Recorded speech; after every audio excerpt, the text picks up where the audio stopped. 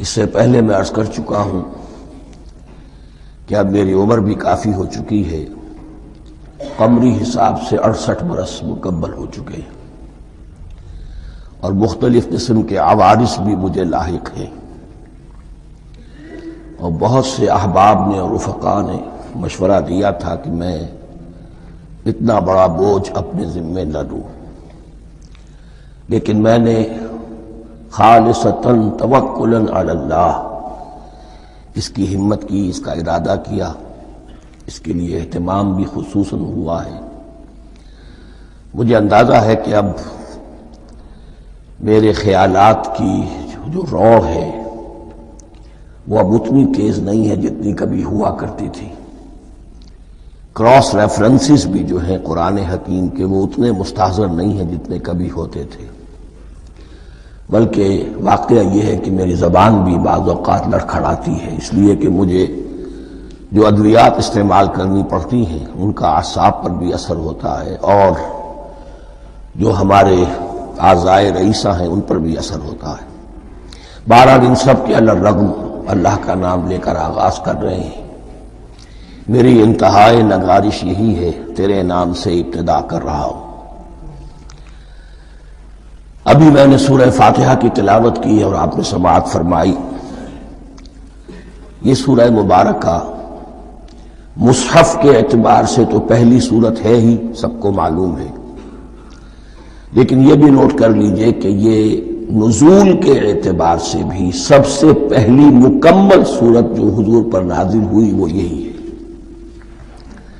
اس سے قبل متفرق آیات نازل ہوئیں، 5 آیتیں سورہ علق کے آغاز میں، کچھ آیتیں سورہ قلم یا سورہ نون کے آغاز میں، کچھ آیتیں سورہ مزمل کی ابتدا کی، کچھ آیتیں سورہ مدثر کے آغاز کی۔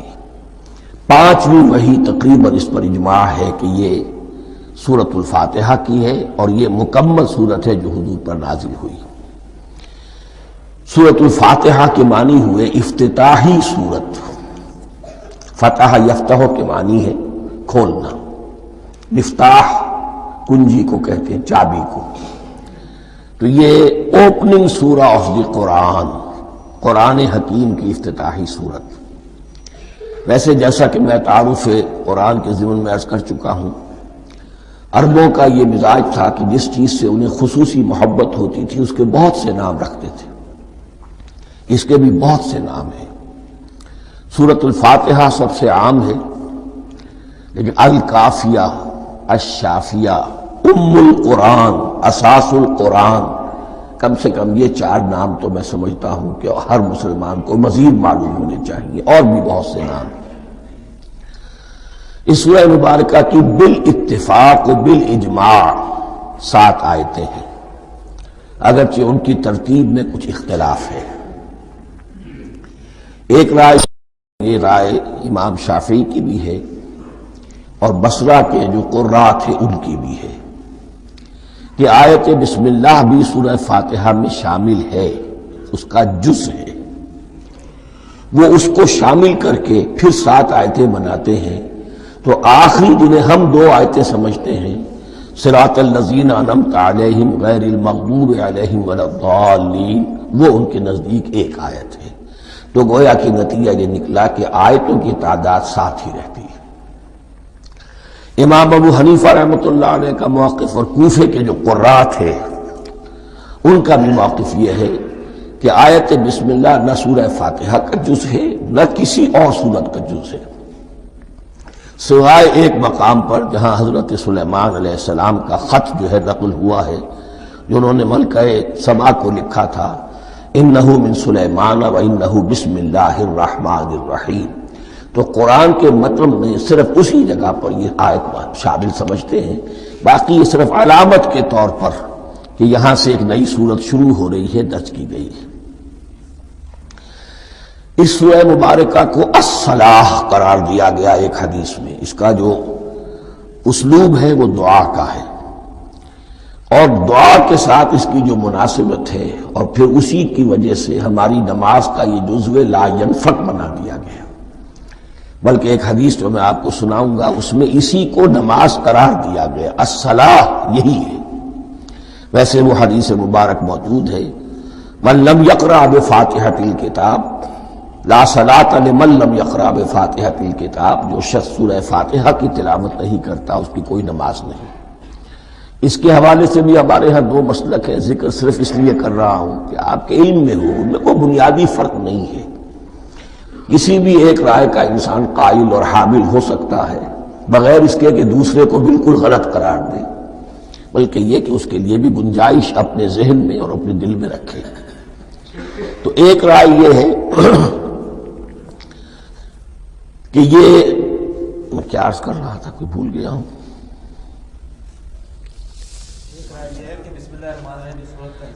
جی، اور دوسری آیت یہ ہے کہ اس کا حصہ نہیں ہے۔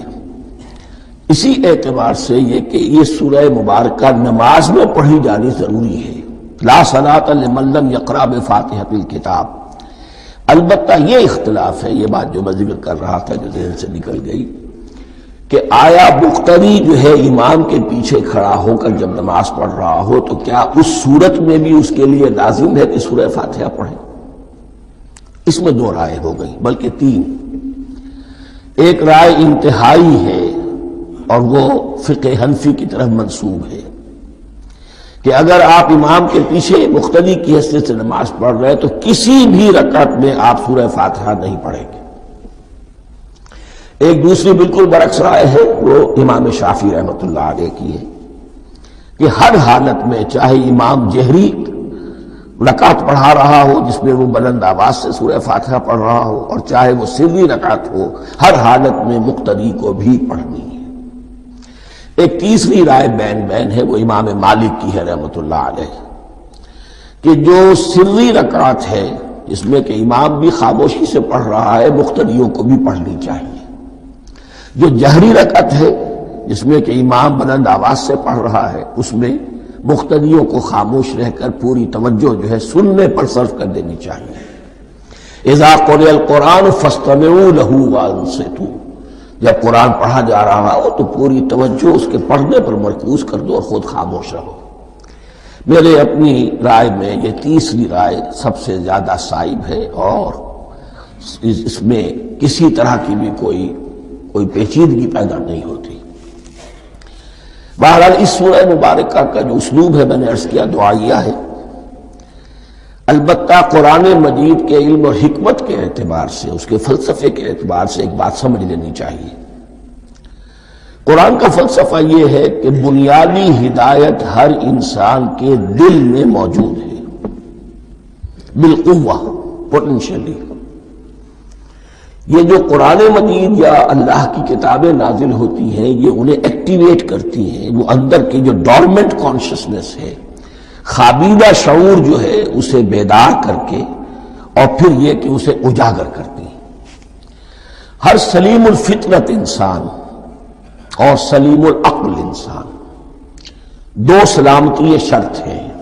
سلیم الفطرت، نیچر پرورٹڈ نہ ہو، فطرت مسخ نہ ہو گئی ہو، عقل سلیم ہو، ان دونوں چیزوں کا نتیجہ یہ نکلتا ہے کہ وہ انسان از خود بغیر کسی وحی کی رہنمائی کے، بغیر کسی نبی کی تعلیم کے سے استفادہ کیے ہوئے از خود بھی کچھ حقائق تک پہنچ جاتا ہے۔ اور وہ حقائق کیا ہے؟ نمبر ایک یہ کہ اس کائنات کا ایک خالق ہے، وہ ایک ہے اور وہ تمام صفات کمال سے متصف ہے۔ نمبر دو یہ کہ انسان کی زندگی صرف یہ زندگی نہیں ہے بلکہ ایک اور زندگی ہے کہ جس میں اس زندگی کے اعمال کے نتائج برآمد ہوں گے۔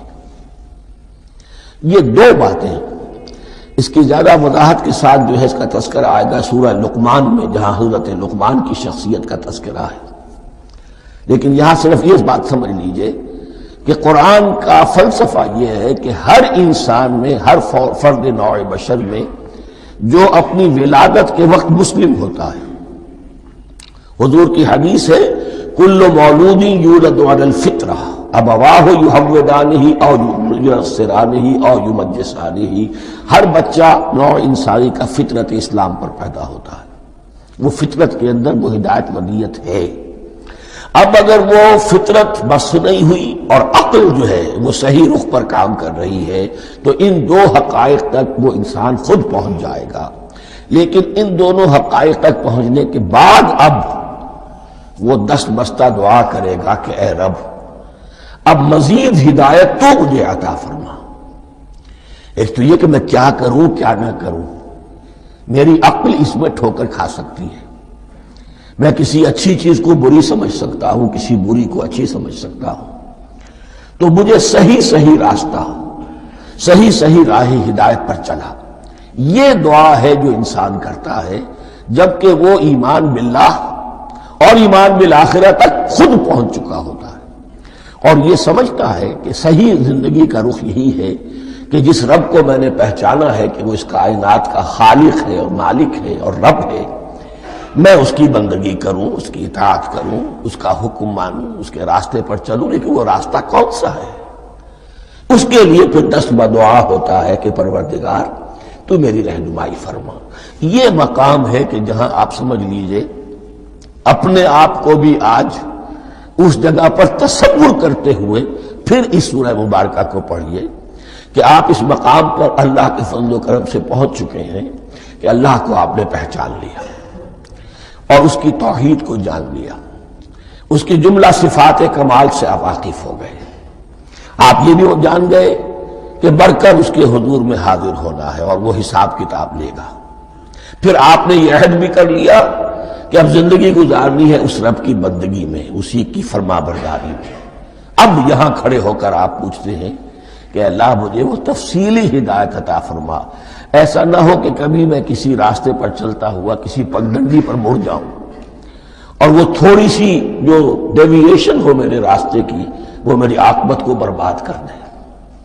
یک لحظہ غافل گشتم و صد سال راہم دور شد. اس لیے کہ ہوتا یہی ہے سیدھے راستے سے ذرا سی کوئی پگڈنڈی جو ہے تھوڑے سے رخ تھوڑے سے اینگل پر نکلی ہے، لیکن جب چلتے جائیں گے آپ تو جتنا آگے بڑھیں گے اس پر اس راہ صراط مستقیم سے آپ اتنے ہی زیادہ دور ہوتے چلے جائیں گے. یہ ہے قرآن مجید کی حکمت اور فلسفے کے اعتبار سے اس سورہ مبارکہ کا مقام. اب آئیے ہم بسم اللہ کرتے ہیں. بسم اللہ الرحمن الرحیم. شروع کرتا ہوں میں اللہ کے نام سے جو رحمان اور رحیم ہے. اس پر کچھ گفتگو ہو چکی ہے تعارف قرآن کے ضمن میں کہ رحمان اور رحیم دو نام ہیں کہ جو رحمت کے مادے سے نکلتے ہیں. رحمان میں اللہ تعالی کی رحمت کا جوش، ہیجانی کیفیت، طوفانی کیفیت، اور رحیم میں اللہ تعالیٰ کی رحمت کا دوام اور تسلسل. یہ دونوں کیفیات اللہ کی رحمت میں بیک وقت موجود ہیں جس کا ہم تصور نہیں کر سکتے. ہم سمندر کو دیکھتے ہیں متلاطم سمندر ہے، اس میں ہیجان ہے، طوفان ہے. دریا کو دیکھتے ہیں کہ وہ سکون کے ساتھ چل رہا ہے، خاموشی سے چل رہا ہے، بہہ رہا ہے، بس تسلسل کے ساتھ بہہ رہا ہے. ہم ان دونوں کیفیات کو علیحدہ علیحدہ دیکھتے ہیں تو ہمارا ذہن ان دونوں کو بیک وقت اس کا تصور نہیں کر سکتا، تخیل ممکن نہیں. لیکن اللہ کی رحمت کی یہ دونوں شانیں مستقلاً ہر وقت موجود ہیں بیک وقت. اسی لیے ان دونوں کے درمیان کہیں حرف عطف نہیں آئے گا. بسم اللہ الرحمن الرحیم.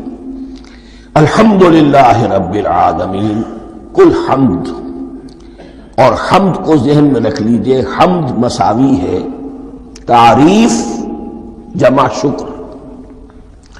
عام طور پر ترجموں میں ایک لفظ لایا جاتا ہے کل تعریف اللہ کے لیے، یہ کافی نہیں ہے. تعریف آپ کسی شے کی کر سکتے ہیں جس میں کوئی حسن ہے، خوبی ہے، کسی بھی اعتبار سے، خواہ آپ کو اس کے حسن و خوبی سے کوئی فائدہ حاصل نہیں ہو رہا. ایک پھول ہے بہت خوبصورت ہے، بس ٹھیک ہے، خوبصورت ہے، آپ نے کہا تعریف کر دی.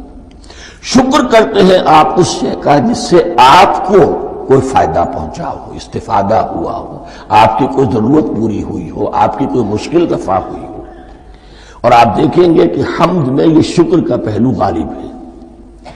جتنی بھی دعائیں ہیں حضور سے منقول، شکر کے مقام پر وہاں حمد آتا ہے. بھوک لگی ہوئی تھی، کھانا کھایا، الحمدللہ الذی اطعمنی وسقانی. اب یہاں دیکھیے ترجمہ تعریف نہیں، شکر ہے اس اللہ کا جس نے مجھے کھلایا اور پلایا. آپ بیت الخلاء سے باہر آئے، نجاستیں آپ سے دور ہو گئیں، طبیعت میں انشراح ہوا، الحمدللہ الذی اذھب عنی الاذی وعافانی، اور شکر ہے اس اللہ کا جس نے اذیت بخش چیزیں مجھ سے دور کر دیں اور مجھے عافیت بخشی۔ تو یہ الحمدللہ رب العالمین، اللہ تعالیٰ کا حسن و کمال اور حسن و جمال اپنی جگہ بھی اس انتہا کا ہے کہ جتنی تعریف اس کا حق ہے ہم کر ہی نہیں سکتے، لیکن اس کے احسانات اور انعامات ہم پر اتنے ہیں کہ ہم ان کو بھی گن نہیں سکتے، لہذا ایک ہی احصاء ہم نے کر دیا الف لام کے ساتھ، الحمدللہ رب العالمین، تمام تعریفیں اور کل شکر اللہ کے لیے ہیں کہ جو تمام جہانوں کا پروردگار ہے، رب ہے، مالک ہے۔ رب میں ایک مفہوم ہوتا ہے ربوبیت کا، اور اس میں مفہوم شامل ہوتا ہے تربیت کا، ربیانی صغیرہ۔ تو مالک ہونا اور تربیت دینا، آپ جس شے کے مالک ہوں گے آپ چاہیں گے اس میں بڑھوتری ہو، اس میں اضافہ ہو، وہ نشو و نما پائے، تو یہ دونوں چیزیں آپس میں ایک دوسرے کا جڑی ہوئی ہیں، پروردگار بھی اور مالک بھی۔ عام طور پر عربی میں رب کا لفظ مالک کے لیے آتا ہے، رب البیت، رب الدار، رب المال، تو معلوم وہاں پر ظاہر بات ہے کہ اس سے مراد کیا ہے، مال والا، گھر کا مالک۔ تو کل شکر اور کل تعریف اس اللہ کے لیے ہے جو تمام جہانوں کا مالک بھی ہے اور پروردگار بھی ہے۔ الرحمن الرحیم، رحمان ہے اور رحیم ہے، اب دوبارہ اس کی میں وضاحت نہیں کروں گا۔ مالک یوم الدین، یوم دین کا مختار مطلق ہے۔ دین عربی زبان میں کہتے ہیں بدلے کو، دناہم کما دانو، کما تدینو تو دانو، یہ کہاوت ہے، جیسے اردو میں ہم کہتے ہیں جیسا کرو گے ویسا بھرو گے، کما تدینو تو دانو، تو یہ ہے بدلہ، اس کا بنیادی مفہوم جو ہے وہ بدلہ ہے۔ تو بدلے کا ایک دن ہے جس دن فیصلہ ہوگا کہ کون کیا کما کر لایا ہے اور اسے کیا بدلہ ملنا چاہیے۔ آیا اس کا برائیوں کا پلڑا بھاری ہے کہ اسے سزا ملنی چاہیے، یا اس کی حسنات اور نیکیوں کا پلڑا بھاری ہے کہ اسے جزا ملنی چاہیے، اس کا انعام اور اکرام کے ساتھ معاملہ کیا جانا چاہیے، وہ ایک دن ہے، اسے ہم یوم القیامہ کہتے ہیں۔ اور لیکن اصل بات جو یہاں کہی گئی، یعنی ایک جملے میں تین باتوں کا اعتراف ہو رہا ہے۔ بعث بعد الموت، ایک دن آئے گا کہ ہم مرنے کے بعد تمام انسان اٹھا لیے جائیں گے، پھر حساب و کتاب، پھر اللہ کے ہاں حاضری ہوگی اور حساب کتاب ہوگا۔ اور تیسرا یہ کہ اس حساب کتاب کے دن کا مختار مطلق اللہ ہے، یعنی کسی اور کو اپنے ذہن میں سہارا بنا کر آپ زندگی گزاریں کہ وہ مجھے چھڑا لے گا، یا وہ ہستی جو ہے اتنی زوردار ہے کہ وہ مجھے بچا لے گی، اس سے اپنے دل کو، اپنے ذہن کو بالکل پاک کر لیجئے۔ مالک یوم الدین، ایک دوسری جگہ پر قرآن میں آیا ہے، اس روز کوئی پکارنے والا پکارے گا، لمن الملک اليوم للہ الواحد القہار، آج کے دن کس کا اختیار مطلق ہے؟ اور پھر کہا جائے گا اللہ کے لیے، الواحد قہار، جو پوری طرح چھایا ہوا ہے، بس تولی ہے۔ تو مالک یوم الدین، جو جزا و سزا کے دن کا مالک ہے۔ اب یہاں سے کلام ایک رخ بدل رہا ہے، ابھی تک تو یہ غائبانہ انداز میں کلام ہو رہا ہے، اللہ سے خطاب نہیں آیا اس میں ابھی۔ الحمدللہ رب العالمین الرحمن الرحیم مالک یوم الدین، اب خطاب ہے، ایاک نعبد و ایاک نستعین، ہم صرف تیری ہی بندگی کرتے ہیں اور کریں گے، اور ہم صرف تجھ ہی سے مدد مانگتے ہیں اور مانگیں گے۔ یہ ترجمہ میں کیوں کر رہا ہوں کہ یہ فعل مضارع ہے، عربی زبان میں فعل مضارع حال اور مستقبل دونوں کو کور کرتا ہے۔ ایاک کا جو ہے مفعول فاعلی جو ہے، مفعول جو ہے اس میں ضمیر مفعولی اسے پہلے لا کر حشر کا مضمون پیدا ہو گیا۔ ہم تیری بندگی کرتے ہیں نہیں، ہم تیری ہی بندگی کرتے ہیں اور کریں گے۔ حال میں ترجمہ کیجئے تو یہ اظہار حال ہے، اور مستقبل میں ترجمہ کیجئے تو یہ ایک عہد ہے، قول و قرار ہے، بہت بڑا معاہدہ ہے۔ وَإِيَّاكَ نَسْتَعِينُ، اور صرف تجھ ہی سے مدد مانگتے ہیں اور مانگیں گے۔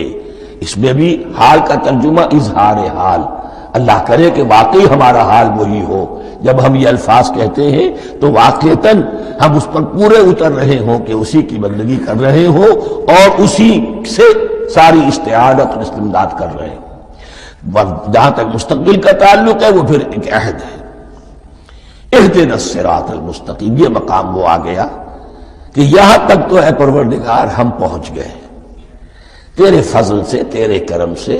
فطرت سلیمہ بھی تیری عطا کردہ تھی، عقل سلیم بھی تیری ودیعت کردہ تھی، ان دونوں کی روشنی سے ہم یہاں تک تو پہنچ گئے۔ اب ہماری جو ضرورت ہے، احتیاج ہے، وہ کیا ہے؟ اہدنا الصراط المستقیم، ہدایت بخش ہمیں سیدھے راستے کی۔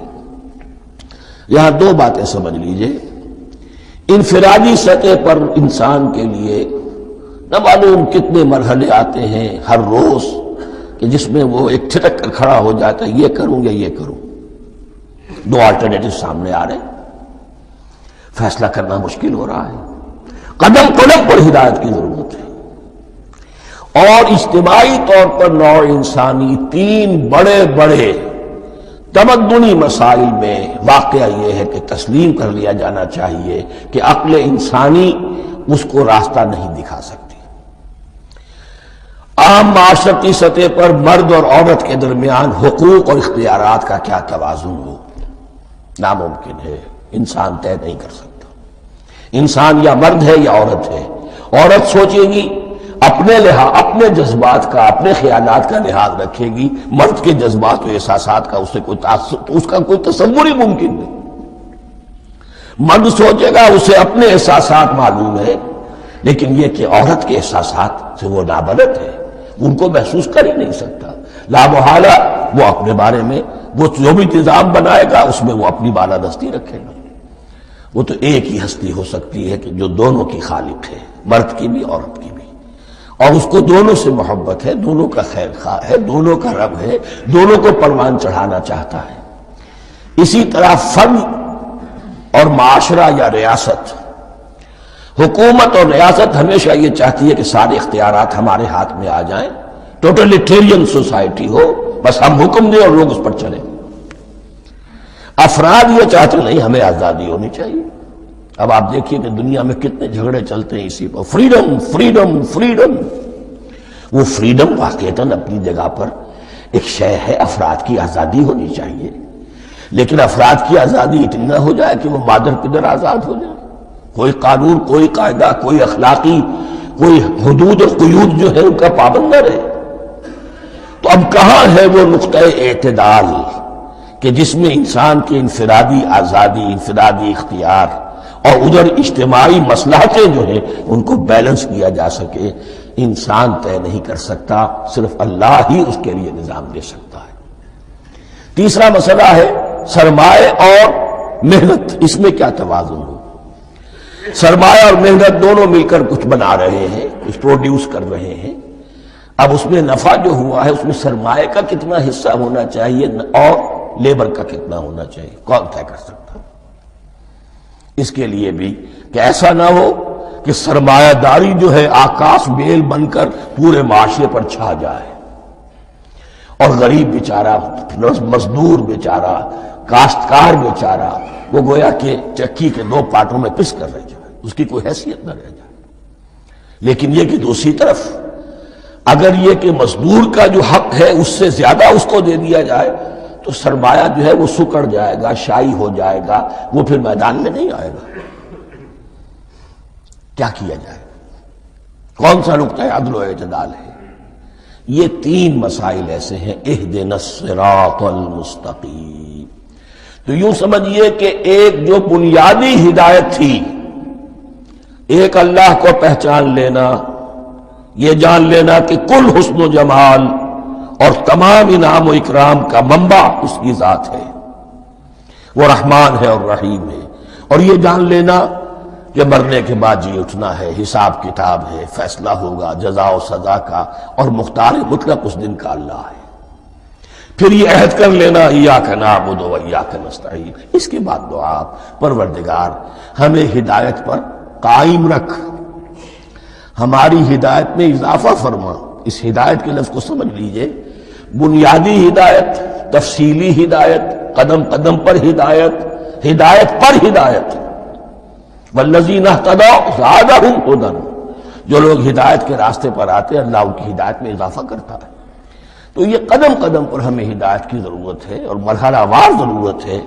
ہدایت اس کو بھی کہتے ہیں کہ کسی نے آپ سے کوئی پتہ پوچھا، آپ نے کہا ادھر جانا، پھر دوسری گلی میں مڑنا، پھر جانا 2-3 لائٹیں چلے جانا، پھر مڑنا وغیرہ وغیرہ، یہ بھی ہدایت ہے. نظری طور پر آپ نے بتایا ہے. ایک ہدایت یہ ہوئی کہ بھائی میں چلتا ہوں آپ کے ساتھ، میں آپ کو وہاں تک پہنچا دوں گا تاکہ آپ کو دقت نہ ہو، آپ نے منزل تک پہنچا دیا. ان دونوں کے درمیان، یہ تو میں نے ایک فرد کی مثال دی ہے، اللہ اور بندے کے درمیان نہ معلوم کتنے مراحل ہیں ہدایت کے.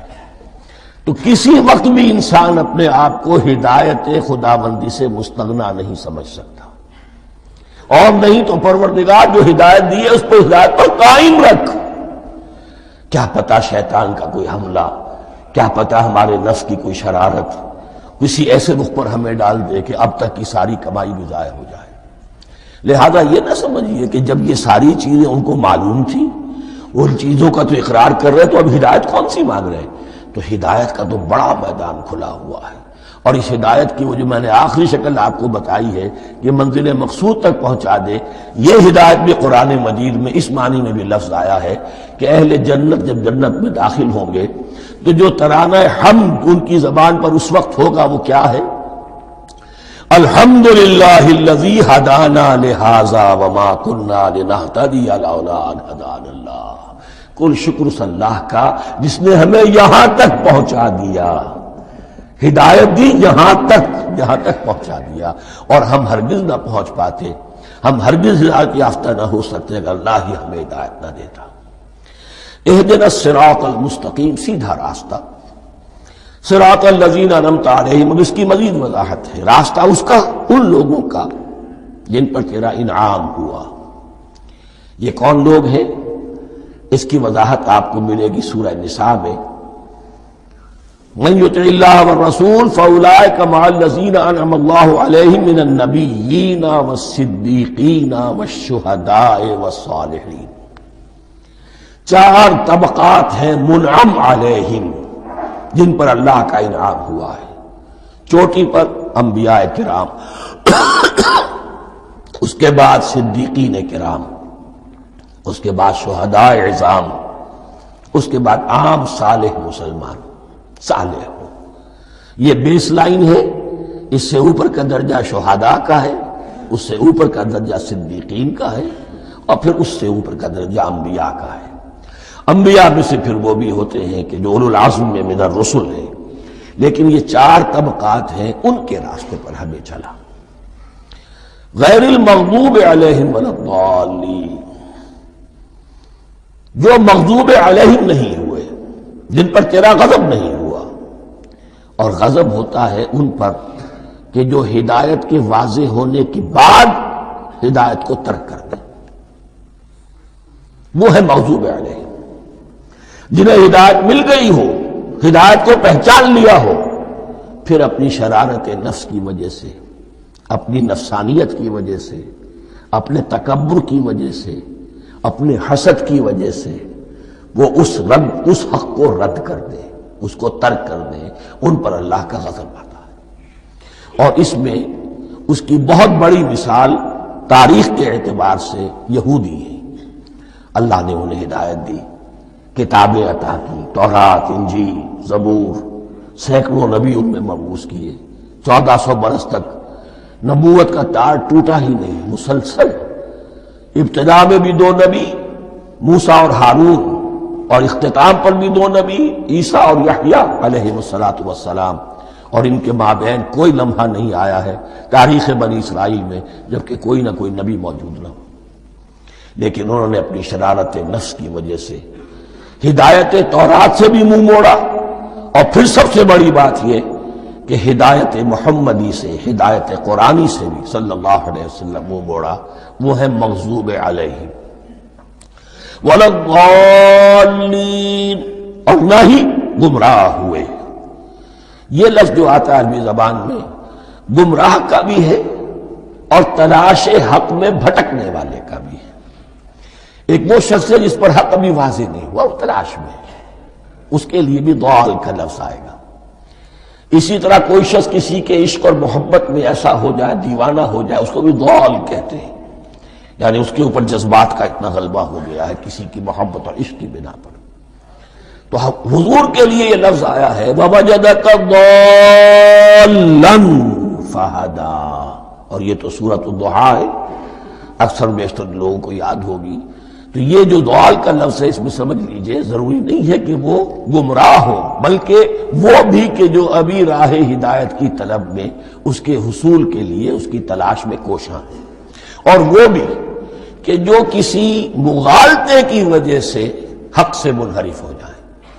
یہ بھی جان لیجئے کہ ایک ہے بدنیتی، تکبر، حسد، حق کو جان کر پہچان کر رد کر دینا یا چھوڑ دینا یا ترک کر دینا، ایک ہے کسی غلطی میں، کسی جذبات کے اندر آ کر، کسی غلو کے اندر مبتلا ہو کر اور حق سے منحرف ہو جانا۔ اس کی جو سب سے بڑی مثال ہے وہ نصارہ ہے، عیسائی ہے۔ حضرت مسیح کو انہوں نے مانا لیکن غلو کیا، یہ لفظ آئے گا آگے، لا تغلو فی دینکم، اپنے دین میں غلو نہ کرو۔ جیسے ہمارے ہاں بھی بعض لوگ ہیں جو حضور صلی اللہ علیہ وسلم کی تعریف میں، حضور صلی اللہ علیہ وسلم کے ساتھ اپنی محبت کے اظہار میں غلو کر جاتے ہیں۔ یہ انتہا درجے کو ہو گیا تھا حضرت مسیح علیہ السلام کے ماننے والوں میں، اور اس کی بنا پر انہوں نے تثلیث کا عقیدہ ایجاد کر لیا اور حضرت مسیح علیہ السلام کو اللہ کا بیٹا بنا دیا۔ تو اس کی سب سے بڑی مثال ضالین کی اس اعتبار سے کہ ہدایت پانے کے بعد کسی بدنیتی سے نہیں بلکہ کسی اچھے جذبے میں غلو کی وجہ سے، رسول سے محبت کرنا تو اچھا جذبہ ہے لیکن یہ محبت بھی ایک حد میں رہنی چاہیے، غلو کرے گی تو ظاہر بات ہے کہ اس کے بعد وہ گمراہی کی طرف لے جائے گی۔ یہ ہے اس سورہ مبارکہ کا ترجمہ، اور اس کے بعد آخر میں آمین کہنا یہ مسنون بھی ہے، کہنا چاہیے۔ البتہ اختلاف یہاں بھی صرف اتنا ہے کہ نماز میں جب آپ امام کے ساتھ ہیں، وہ اگر جہری قرات کر رہا ہے تو آیا اس کے بعد آپ کو بھی بالجہر کہنا ہے آمین یا نہیں کہنا، یہ اختلاف ہے، ان میں کوئی فرق واقع نہیں ہوتا۔ یہ چیز متفق علیہ کہ کہنا ہے آمین، بلکہ یہ آمین تو یہودیوں میں ہے، یہ آمین جو ہے یہ عیسائیوں میں بھی ہے، ان کی بھی جو لارڈس پریئر ہے اس کے بعد آمین، وہ آمین کہتے ہیں، وہ فرق، وہ لفظ ایک ہی ہے، اس لیے کہ عبرانی زبان اور عربی زبان یا تو ہم یہ کہہ سکتے ہیں کہ دونوں بہنیں ہیں، کوئی ایک مشترک زبان تھی ان کی ماں جس کی یہ دو بیٹیاں ہیں، اور یا یہ کہنا پڑے گا کہ عربی زبان کی ماں جو ہے وہ عبرانی زبان ہے۔ بہرحال بڑا قریبی رشتہ عربی کا اور عبرانی کا ہے، اس اعتبار سے وہ آمین۔ اب آپ کو معلوم ہے ہم السلام علیکم وہ کہتے ہیں، وہ سلام کہتے ہیں، فرق کیا ہے؟ وہ تو تلفظ کا فرق ہے۔ اسی طریقے سے اور بہت سے الفاظ ہیں، میں بعد میں بتا۔ اب میں اس سورہ مبارکہ کے بارے میں خاص حدیث آپ کو سنانا چاہتا ہوں، اور اسی سے در حقیقت جو امام ابو حنیفہ کا موقف ہے رحمۃ اللہ علیہ، اس کی حقانیت مزید مبرہن ہو جائے گی۔ یعنی کیا کہ آیت بسم اللہ سورہ فاتحہ کا جز نہیں ہے، سورہ فاتحہ الحمدللہ رب العالمین سے شروع ہوتی ہے۔ وہ میں آپ کو بتانا بھول گیا کہ جن کے نزدیک یہ سورت کا جز ہے وہ پھر جہری قرات میں بسم اللہ الرحمن بھی بلند آواز سے کہیں گے، اور جن کے نزدیک یہ سورہ فاتحہ کا جز نہیں ہے وہ نہیں کہیں گے، وہ الحمدللہ رب العالمین سے قرات کریں گے۔ تو کوئی فرق نہیں ہے بنیادی۔ یہ حدیث جو ہے یہ مسلم شریف میں ہے اور حدیث قدسی ہے، اس کے راوی حضرت ابو ہریرہ ہے رضی اللہ تعالی عنہ، اور اس حدیث نے اس سورت کے مضامین کا نہایت عمدہ تجزیہ کر دیا ہے۔ حدیث کے الفاظ سن لیجئے، قسمت الصلاۃ بینی و بین عبدی نصفین، اللہ تعالیٰ فرما رہے ہیں، حدیث قدسی ہے، میں نے نماز کو، صلاۃ کو اپنے اور اپنے بندے کے درمیان آدھا آدھا تقسیم کر لیا، فنصفها لی ونصفها لعبدی، اس کا نصف جو ہے وہ میرے لیے ہے اور نصف جو ہے وہ میرے بندے کے لیے ہے، وَلِعَبْدِي مَا سَأَلَ، اور جو میرے بندے نے مانگا میں اسے دوں گا، میرا وعدہ ہے یا میں نے اسے دیا۔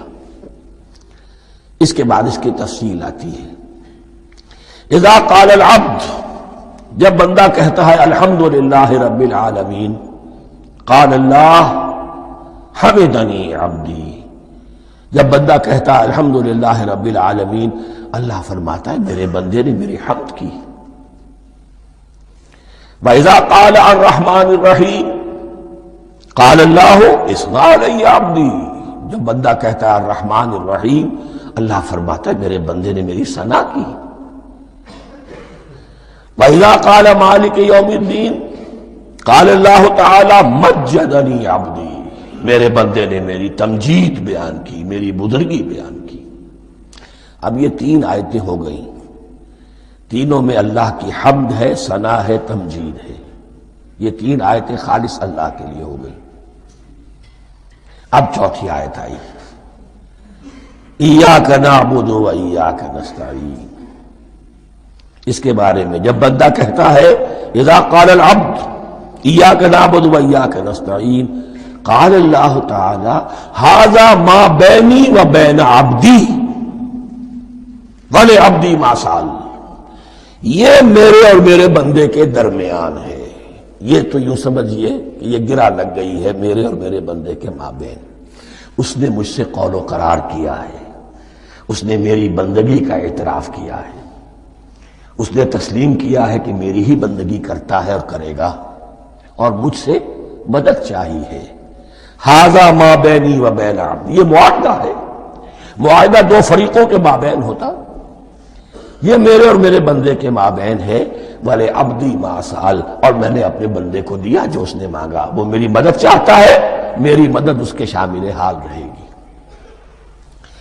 فَإِذَا قَالَ، اور جب بندہ کہتا ہے اهْدِنَا الصِّرَاطَ الْمُسْتَقِيمَ صِرَاطَ الَّذِينَ أَنْعَمْتَ عَلَيْهِمْ غَيْرِ الْمَغْضُوبِ عَلَيْهِمْ وَلَا الضَّالِّينَ، قَالَ اللَّهُ تَعَالَى هَذَا لِعَبْدِي وَلِعَبْدِي مَا سَأَلَ۔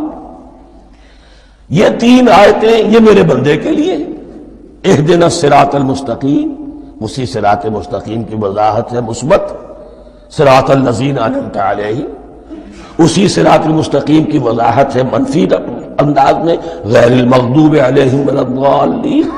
یہ سب میرے بندے کے لیے ہے، اور میں نے اپنے بندے کو دیا جو اس نے مانگا۔ اس کو میں نے ایک مرتبہ یہ ترازو کی شکل میں اس کو لکھوایا تھا۔ دیکھیے یہ ایاک نعبد و ایاک نستعین، یہ ہے وہ ترازی کی وہ ڈنڈی۔ واو جو ہے ایاک نعبد و ایاک نستعین، واو جو ہے گویا کہ وہ مٹھ ہے جس سے کہ ترازو کو پکڑا جاتا ہے۔ ادھر ایک پلڑا ہے جس کی تین آیتیں ہیں، الحمدللہ رب العالمین الرحمن الرحیم مالک یوم الدین۔ اس کا نتیجہ کیا نکلا؟ ایاک نعبد۔ آپ نے شاید یہ سنا بھی ہو، ایک بہت ہی عمدہ قرات کا جو ریکارڈ ہے قاری عبدالباسط عبدالصمد کا، وہ یہیں سے چل کر سورہ فاتحہ کی قرات کر کے ایاک نعبد پر آ کر رکتا ہے۔ الحمدللہ رب العالمین الرحمن الرحیم مالک یوم الدین ایاک نعبد۔ گویا کہ یہاں یہ صورت بالکل ہاف ہو گئی ہے۔